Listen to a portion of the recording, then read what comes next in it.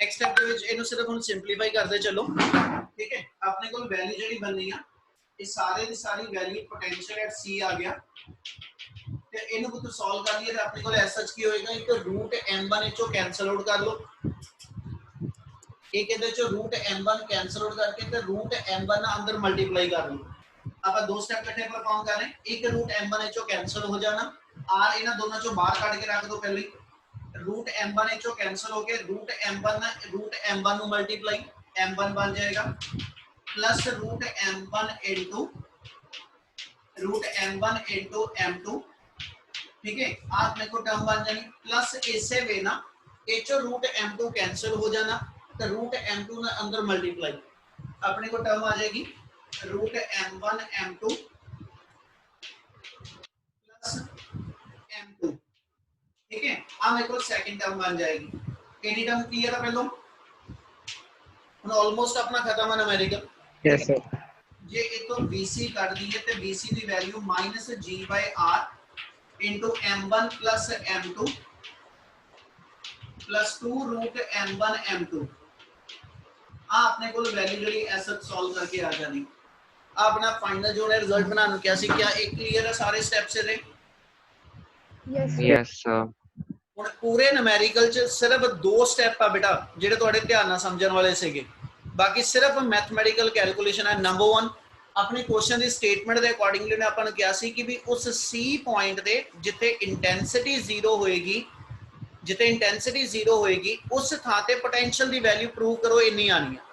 ਇਸ ਲਈ ਅਸੀਂ ਸ਼ੁਰੂ ਇੱਥੋਂ ਕੀਤਾ ਕਿ ਵੀ ਜਿਹੜਾ C ਪੁਆਇੰਟ ਹੋਏਗਾ ਉੱਥੇ ਅਸੀਂ ਪੋਟੈਂਸ਼ੀਅਲ ਕੱਢਣਾ, तो ਅਸੀਂ C ਪੁਆਇੰਟ ਦੇ ਉੱਤੇ ਪੋਟੈਂਸ਼ੀਅਲ ਦੇਖਿਆ ਕਿਹੜੇ ਕਿਹੜੇ ਮਾਸ ਦਾ ਆਣਾ। A और B ਜਿਹੜੇ ਦੋ ਆਪਣੇ ਸੋਰਸ ਮਾਸਸ ਸੀਗੇ, ਅਸੀਂ ਦੋਨਾਂ ਦੇ ਪੋਟੈਂਸ਼ੀਅਲ ਐਡ ਕਰਾਤੇ, ਐਡ ਕਰਾਏ ਤੇ ਪੋਟੈਂਸ਼ੀਅਲ ਦੀ ਵੈਲਿਊ ਮੇਰੇ ਕੋਲ ਸੋਲਵ ਕਰਕੇ ਇੰਨੀ ਬਣ ਗਈ ਇਕੁਏਸ਼ਨ 1 ਵਾਲੀ।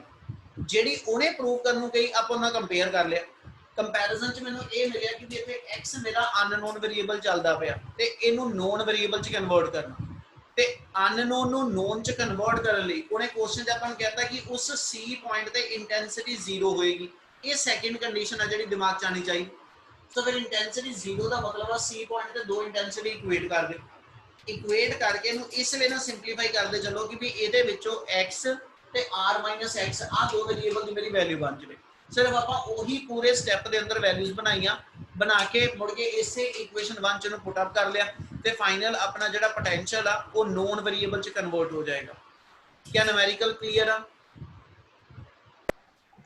Yes sir. स्टेप का डाउट हैगा, जे नहीं क्लियर तो एक बार जरूर बोल दो बेटा।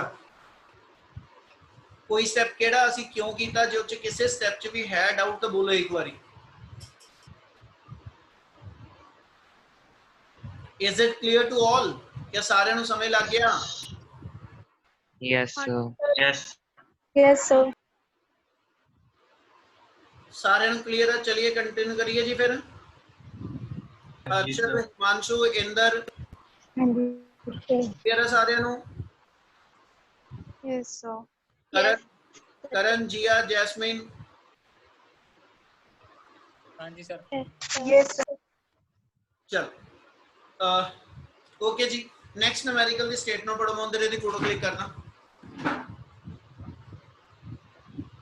तो की के ना उन्हें 33rd चे क्या प्लैनेट मार्स हैज 2 मून है ना। अर्थ का जे एक मून उन्हें क्या जी मार्स दे 2 मून्स आ, ओदे नाम रखे हुए आ फोबोस एंड डेलमस, उन्हां दे नाम उन्हें दस दिते। ओ कहंदा जी जेड़ा फर्स्ट फोबोस हैगा ओदा टाइम पीरियड जेड़ा रिवॉल्व करन दा हैगा अराउंड दा कहंदा जी मार्स वो हैगा 7 और 39 मिनट ते ओदा distance from the centre of Mars यानी ऑर्बिटल रेडियस जेड़ा वा वो गिवन है जी 9.4 × 10⁻³ किलोमीटर। ਤੇ ਇਸ ਕੰਡੀਸ਼ਨ ਦੇ ਨਾਲ ਤੁਸੀਂ ਮਾਰਸ ਦਾ ਮਾਸ ਦੱਸਣਾ ਕਿੰਨਾ ਆਣਾ। ਆਪਾਂ ਸਿਰਫ ਪਹਿਲੀ ਕੰਡੀਸ਼ਨ ਨਾਲ ਚੱਲਦੇ।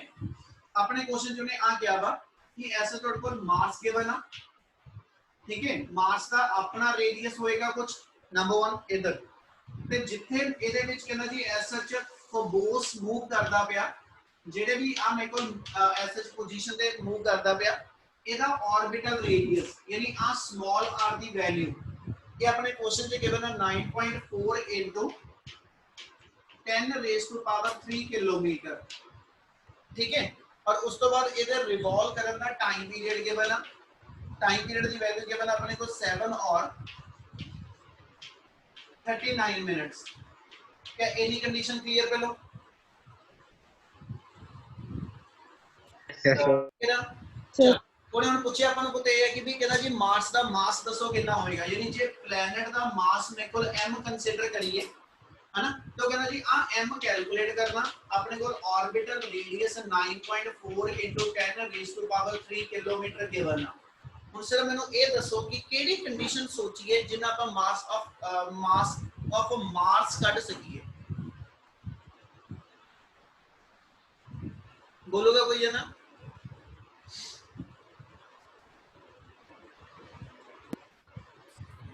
ਸਰ ਆਪਾਂ ਸੈਂਟਰੀਪੀਟਲ ਐਕਸਲਰੇਸ਼ਨ ਕੱਢ ਸਕਦੇ ਹਾਂ ਤਾਂ ਫਿਰ ਉਹ ਫੋਰਸ ਦੇ ਇਕੁਅਲ ਹੋਊਗੀ। नहीं मतलब सेंट्रीपिटल एक्सेलरेशन कर सकते हो, ਅੱਗੇ ਕੀ ਕਿਹਾ ਤੁਸੀਂ?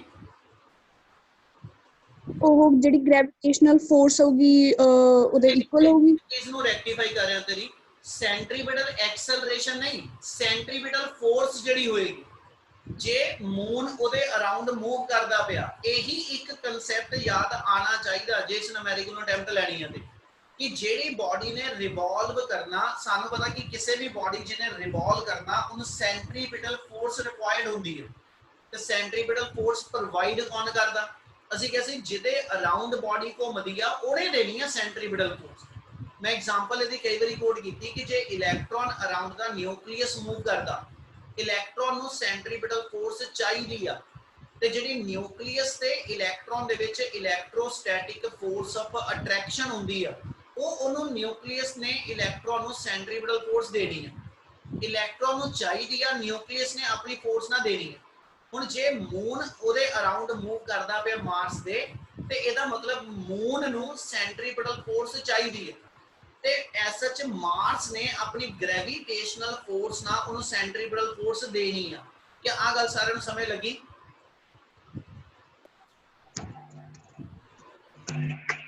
Yes sir. Yes, sir.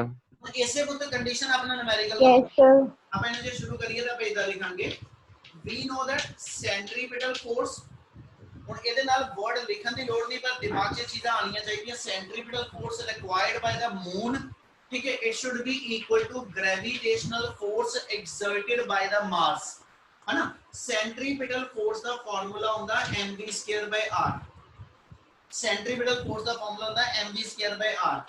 Gravitational force ਦਾ ਫਾਰਮੂਲਾ ਹੁੰਦਾ gm1 m2 r²। Clear?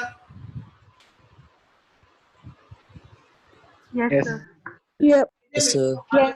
Moon ਦਾ ਮਾਸ ਹੈ ਨਿਕਲ ਗਿਆ, r ਇੱਕ ਕੈਨਸਲ ਹੋ ਗਿਆ, ਠੀਕ ਹੈ। ਆਪਣੇ ਕੋਲ ਜੋ ਬਚਿਆ ਉਹ ਆ ਗਿਆ ਜੀ v² = gm/r। ਪਰ ਆਪਾਂ ਜੋ ਲੱਭਣਾ ਵਾ m ਲੱਭਣ ਵਾਸਤੇ, m ਮੇਰਾ ਮਾਰਸ ਦਾ ਮਾਸ ਹੈ ਨਾ, m ਨੂੰ ਲੱਭਣ ਲਈ g ਚਾਹੀਦਾ, ਨੋਨ ਹੁੰਦਾ ਸਾਨੂੰ, r ਆਰਬਿਟਲ ਰੇਡੀਅਸ ਦੱਸਿਆ ਹੋਇਆ, v ਕਿੱਥੋਂ ਲਿਆਵਾਂ? 2π/time। The time of revolution वाला. Orbital velocity वाला. ਦੁਬਾਰਾ ਬੋਲੋ। ਸਰ ਐਂਗੂਲਰ ਵੈਲੋਸਿਟੀ ਦਾ ਫਾਰਮੂਲਾ ਹੁੰਦਾ ਆ θ/time। ਹਾਂਜੀ, v ਤੋਂ ਕਿੱਦਾਂ, v ਨੂੰ ਉੱਥੇ ਕਿੱਦਾਂ ਲਿੰਕ ਕਰੀਏ? ਸਰ v ਵਾਲਾ ਫਾਰਮੂਲਾ ਯੂਜ਼ ਕਰਕੇ ਐਂਗੂਲਰ ਵੈਲੋਸਿਟੀ ਦੇ ਵਿੱਚ। ਹਾਂਜੀ, ਆਪਾਂ v ਦਾ ਯਾਨੀ ਲੀਨੀਅਰ ਵੈਲੋਸਿਟੀ ਤੇ ਐਂਗੂਲਰ ਵੈਲੋਸਿਟੀ ਦਾ ਰਿਲੇਸ਼ਨ ਪੜਿਆ ਵਾ, v = r ਓਮੇਗਾ, ਠੀਕ ਹੈ। ਇੱਥੇ ਤੁਹਾਨੂੰ ਐਸਐਚ ਆ ਚੀਜ਼ ਨਹੀਂ ਚਾਹੀਦੀ, ਇੱਥੇ ਜਿੱਥੇ ਮੈਂ mv²/r ਲਿਖਿਆ, ਇਹੀ ਚੀਜ਼ ਦਾ ਇੱਕ ਹੋਰ ਫਾਰਮੂਲਾ ਵਾ। ਸੈਂਟਰੀਪੀਟਲ ਫੋਰਸ ਦੇ ਦੋ ਫਾਰਮੂਲੇ ਹੁੰਦੇ ਆ, ਠੀਕ ਹੈ, ਇੱਕ mv²/r, ਠੀਕ ਹੈ ਜੀ, ਤੇ ਦੂਜਾ mr⍵²। ਭਾਵੇਂ ਸਿੱਧਾ ਆ ਲਗਾ ਦੋ, ਨਹੀਂ ਯਾਦ ਆਇਆ ਤੁਸੀਂ v ਦੀ ਫਾਰਮ ਚ ਲਗਾ ਲਓ। ਹੁਣ v ਨੂੰ ਓਮੇਗਾ ਚ ਬਦਲੋ, ਆਪਾਂ ਇਹਦੀ ਥਾਂ ਤੇ ਆ ਲਿਖ ਸਕਦੇ ਸੀਗੇ, but v = r⍵, v = r⍵, ਔਰ ਓਮੇਗਾ ਦੀ ਥਾਂ ਤੇ ਅੱਗਿਓਂ ਆਂਦਾ 2π/time ਪੀਰੀਅਡ, ਠੀਕ ਹੈ। ਜੇ ਇਹ ਵੀ ਨਾ ਯਾਦ ਆਵੇ ਤੇ ਇਹਨੂੰ ਲਿਖਣ ਦਾ ਇੱਕ ਆ ਮੈਥਡ ਹੋ ਸਕਦਾ, ਆਪਾਂ v ਲਿਖਣਾ, ਠੀਕ ਹੈ, v ਯਾਨੀ ਸਪੀਡ ਲਿਖਣੀ ਸੈਟੇਲਾਈਟ ਉਹਦੀ ਮੂਨ ਦੀ ਕਿੰਨੀ ਹੋਏਗੀ, ਤੇ ਪੁੱਤ ਸਪੀਡ ਡਿਸਟੈਂਸ ਓਵਰ ਟਾਈਮ ਹੁੰਦੀ ਆ, ਸਪੀਡ ਡਿਸਟੈਂਸ ਓਵਰ ਟਾਈਮ ਆ। ਜੇ ਉਹਦਾ ਨਹੀਂ ਯਾਦ ਆਵੇ ਤਾਂ ਇਦਾਂ ਸੋਚੋ डिस्टेंस बाय टाइम ते जेड़ा डिस्टेंस उन्हें कवर करना है सरकमफ्रेंस दे बराबर आ ते जिन्ने टाइम च सरकमफ्रेंस दे बराबर एक रेवोल्यूशन पूरी करेगा ते एक रेवोल्यूशन ਨੂੰ पूरी ਕਰਨ ਲਈ ਜਿੰਨਾ ਟਾਈਮ ਲੱਗਦਾ ਉਹਨੂੰ ਟਾਈਮ ਪੀਰੀਅਡ ਕਹਿੰਦੇ ਆ ਇਹਦਾ ਮਤਲਬ डिस्टेंस ਦੀ ਥਾਂ ਤੇ 2πr और टाइम की थां पे टाइम पीरियड आ देख सकते हो ठीक है ये सेम वही v = r ओमेगा तो भी बनना ते इनु भावे इथों सीधा भी बना लो जेड़े मर्जी वे ना v दी आ वैल्यू ते पुट कर दियो अपनी टर्म इथे की बन गई therefore 4π² r² over t² 4π²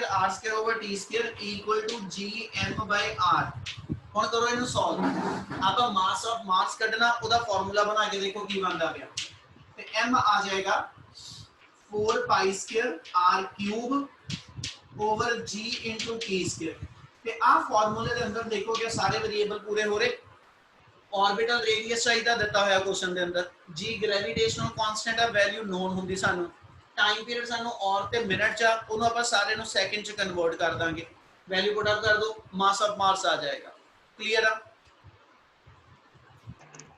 yes sir yes sir. बोजू आ क्लियर है पार्ट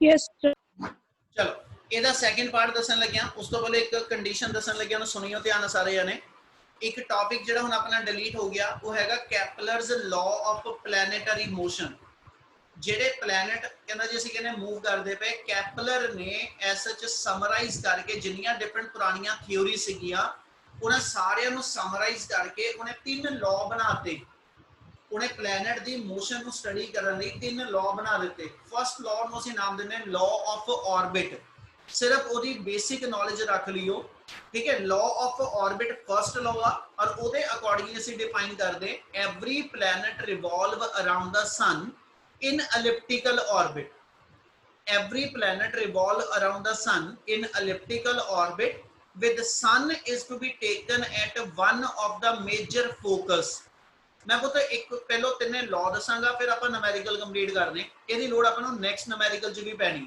ठीक है ਆਪਾਂ ਇਹ ਕਹਿੰਦੇ ਕੈਪਲਰ ਦਾ ਜੇ ਫਸਟ ਲਾਅ ਲਈਏ ਤੇ ਕੈਪਲਰ ਦੇ ਫਸਟ ਲਾਅ ਦੇ ਅਕੋਰਡਿੰਗਲੀ ਪਲੈਨਟ ਜਦੋਂ ਰਿਵੋਲਵ ਕਰਦੇ ਅਰਾਊਂਡ ਦਾ ਸਨ ਉਹ ਪਰਫੈਕਟ ਸਰਕੂਲਰ ਆਰਬਿਟ ਚ ਨਹੀਂ ਕਰਦੇ ਉਹ ਕਹਿੰਦਾ ਜੀ ਪਲੈਨਟ ਜਦੋਂ ਅਰਾਊਂਡ ਦਾ ਸਨ ਮੂਵ ਕਰਦੇ ਨਾ ਉਹ ਆਪਣੇ ਇੱਕ ਐਲਿਪਟੀਕਲ ਆਰਬਿਟ ਦੇ ਵਿੱਚ ਮੂਵ ਕਰਦੇ ਆ ਠੀਕ ਹੈ ਯਾਨੀ ਪਲੈਨਟ ਦਾ ਸਿਮੈਟ੍ਰੀਕਲ ਸਰਕੂਲਰ ਪਾਥ ਨਹੀਂ ਹੋਏਗਾ ਉਹਦਾ ਪਾਥ ਜਿਹੜਾ ਐਲਿਪਟੀਕਲ ਹੋਏਗਾ ਜਿਹਦੇ ਕਰਕੇ ਅਸੀਂ ਜਿਹੜੇ ਉਹਦੇ x ਤੇ y ਐਕਸਿਸ ਦੇ ਰੇਡੀਅਸ ਆ सर्कल होवे ते ओदे x y रेडियस दोनों बराबर हुंदे आ पर जे एलिप्स होवे ओदे x y radius the length different है इसलिए ਅਸੀਂ इस लॉन्गर लेंथ ਨੂੰ ਨਾਮ ਦੇ ਦਿੰਨੇ ਇਹ ਮੇਜਰ ਐਕਸਿਸ ਹੋਏਗਾ ਇਹਨੂੰ ਅਸੀਂ ਵਰਡ ਲਿਖ ਦਿੰਨੇ ਇਹ ਮੇਜਰ ਐਕਸਿਸ ਹੋਏਗਾ और ਆਮ ਇੱਕੋ ਜਿਹੜਾ ਐਸ ਐਚ ਉਹਦਾ ਮਾਈਨਰ ਐਕਸਿਸ ਹੋਏਗਾ ਚਲੋ ਇਹ ਵਰਡ ਸਮਝ ਲੱਗੇ यस ਹੁਣ ਜਦੋਂ ਮੇਜਰ ਤੇ ਮਾਈਨਰ ਐਕਸਿਸ ਹੋਊਗਾ ਉਹਨੇ ਇਹਦੀ ਕੰਡੀਸ਼ਨ ਕਹੀ ਆ ਕਿ when the planet revolve around the sun in elliptical orbit with the sun always to be taken at one of the major focus ਇਹਦਾ ਮਤਲਬ ਕੀ ਆ one of the major focus ਇਹ ਨਾਲ ਮੇਜਰ ਵਰਡ ਦਾ ਮਤਲਬ ਹੋ ਗਿਆ ਮੇਜਰ ਐਕਸਿਸ ਔਰ focus ਲਈ ਅਸੀਂ ਕੀ ਕਹਿੰਦੇ ਪਏ 10th ਵਿੱਚ ਅਸੀਂ ਪੜਿਆ ਵਾ ਮਿਰਰ ਜਿਹੜੇ ਕਨਕੇਵ ਤੇ ਕਨਵੈਕਸ ਸਰਫੇਸ ਆਂਦੀਆਂ कोई कनकेव या कन्वेक्स सरफेस होवे ਅਸੀਂ ਕਹਿੰਦੇ ਜਿਹਦਾ ਫੋਕਸ ਪੁਆਇੰਟ ਹੁੰਦਾ ਵਾ ਪੜਿਆ ਜੀ यस सर yes sir. ਆ ਦੋ ਪੁਆਇੰਟ ਆ which are to be taken as the focus of the ਕਹਿੰਦਾ ਜੀ ਕਰਵੇਚਰ ਇਹ ਤੁਹਾਡੀ ਐਲਿਪਟੀਕਲ ਕਰਵੇਚਰ ਦੇ ਦੋ ਫੋਕਸ ਆ ਜਿਹੜੇ ਮੇਜਰ ਐਕਸਿਸ ਤੇ ਲਿਖਨੇ ਅਸੀਂ ਜਦੋਂ ਸਰਕਲ ਬਣਦਾ ਇਹ ਦੋਨੋਂ ਫੋਕਸ ਜਿਹੜੇ ਨੇ ਇਹ ਐਸ ਐਚ ਕੰਬਾਈਨ ਕਰਕੇ ਸਰਕਲ ਦਾ ਸੈਂਟਰ ਬਣ ਜਾਂਦੇ ਆ ਇਹ ਦੋਨੋਂ ਫੋਕਸ ਕੰਬਾਈਨ ਕਰਕੇ ਸਰਕਲ ਦਾ ਸੈਂਟਰ ਗਿਣਿਆ ਜਾਂਦਾ ਪਰ ਜਦੋਂ ਇਹ ਮੇਕੋ ਐਲਿਪਟੀਕਲ ਪਾਥ ਹੋਏਗਾ ਇਹ ਦੋ ਡਿਫਰੈਂਟ ਲੋਕੇਸ਼ਨਸ ਨੇ ਇੰਨੀ ਗੱਲ ਸਮਝ ਲੱਗ ਰਹੀ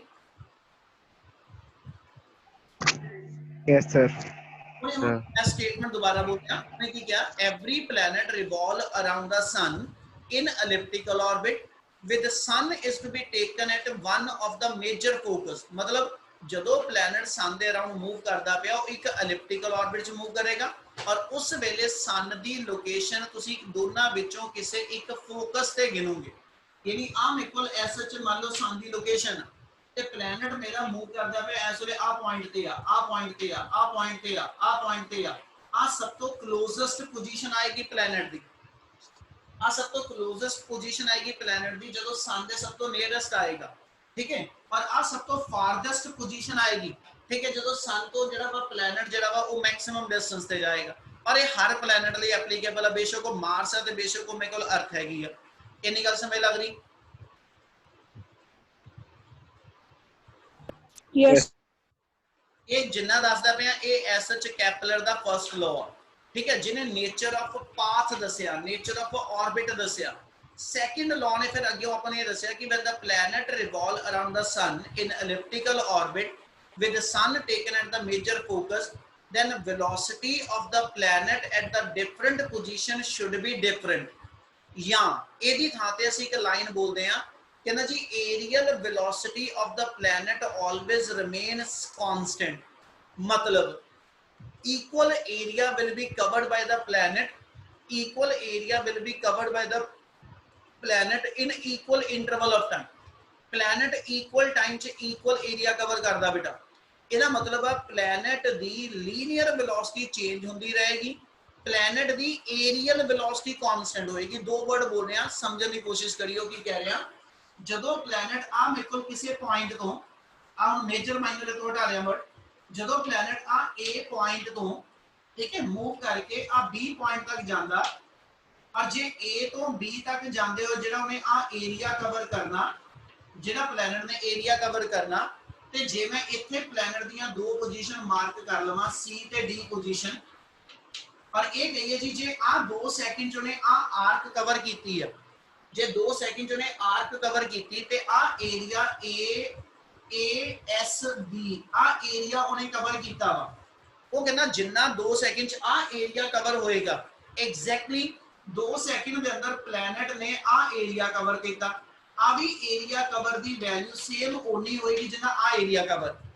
ਫਰਕ ਇਹ ਹੋਏਗਾ ਕਿ ਜੇ ਤੇ ਆਰਕ ਉਹਨੇ ਛੋਟੀ ਕਵਰ ਕੀਤੀ ਤਾਂ ਰੇਡੀਅਸ ਵੈਕਟਰ ਲੌਂਗਰ ਹੋਏਗਾ, ਇਸ ਲਈ ਇਹਦਾ ਏਰੀਆ, ਤੇ ਜੇ ਇੱਥੇ ਆਰਕ ਲੈਂਥ ਜ਼ਿਆਦਾ ਕਵਰ ਕੀਤੀ ਤੇ ਇਹਦਾ ਰੇਡੀਅਸ ਵੈਕਟਰ ਛੋਟਾ ਹੋ ਜਾਏਗਾ। ਇਸ ਲਈ equal area covered ਬਾय the planet in equal interval of time. क्या आ लाइन समझ आ रही? Yes sir. ਤੇ ਜਦੋਂ ਪਲੈਨਟ ਇਕੁਅਲ ਟਾਈਮ 'ਚ ਇਕੁਅਲ ਏਰੀਆ ਕਵਰ ਕਰਦਾ, ਅਸੀਂ ਕਹਿੰਦੇ ਉਹਦੀ ਏਰੀਅਲ ਵੈਲੋਸਿਟੀ ਕਾਂਸਟੈਂਟ ਆ। ਏਰੀਅਲ ਵੈਲੋਸਿਟੀ ਬੋਲਿਆ ਜਾਂਦਾ dA/dt, ਜਿਹਦਾ ਸਿੰਪਲ ਵੈਲੋਸਿਟੀ ਡਿਸਟੈਂਸ ਬਾਈ ਟਾਈਮ ਹੁੰਦੀ ਆ, ਏਰੀਅਲ ਵੈਲੋਸਿਟੀ ਏਰੀਆ ਬਾਈ ਟਾਈਮ ਹੁੰਦੀ ਆ। ਯਾਨੀ ਅਸੀਂ ਕਹਿੰਦੇ ਏਰੀਅਲ ਵੈਲੋਸਿਟੀ ਉਹਦੀ ਕਾਂਸਟੈਂਟ ਆ, ਏਰੀਅਲ ਵੈਲੋਸਿਟੀ ਉਹਦੀ ਕਾਂਸਟੈਂਟ ਆ, ਪਰ ਉਹਦੀ ਲੀਨੀਅਰ ਵੈਲੋਸਿਟੀ ਜਿਹੜੀ ਉਹ ਲਗਾਤਾਰ ਚੇਂਜ ਹੋਏਗੀ।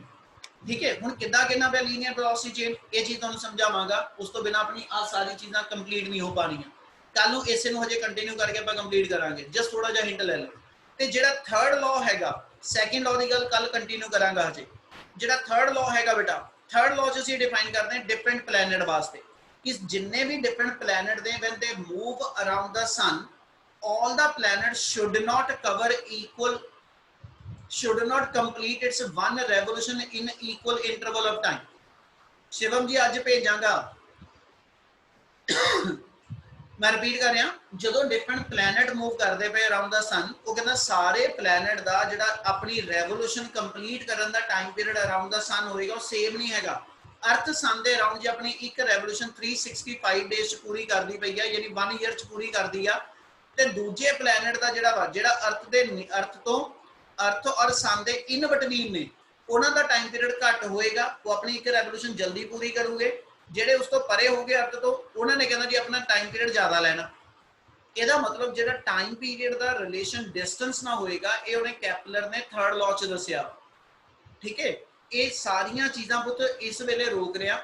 ठीक है, आ रिलेशन याद रखियो, कल नूं आपां जितों कंटिन्यू करांगे। पहलो कैपलर लॉ एक बार दोबारा तो एक्सप्लेन करांगा, ਤੇ ਮੁੜ ਕੇ ਜਾ ਕੇ ਆਪਾਂ ਆ ਇੱਕ ਨੂਮੈਰੀਕਲ ਤੇ ਇੱਕ ਜਿਹੜਾ ਰਹਿ ਗਿਆ ਉਹ ਕੰਪਲੀਟ ਕਰਾਂਗੇ। ਠੀਕ ਹੈ ਜੀ, ਕੰਪਲੀਟ ਹੋਣਾ ਨਹੀਂ, ਫਿਰ ਥੋੜਾ ਕਾਲੀ ਦੇ ਵਿੱਚ ਨਿਬੜੂਗਾ।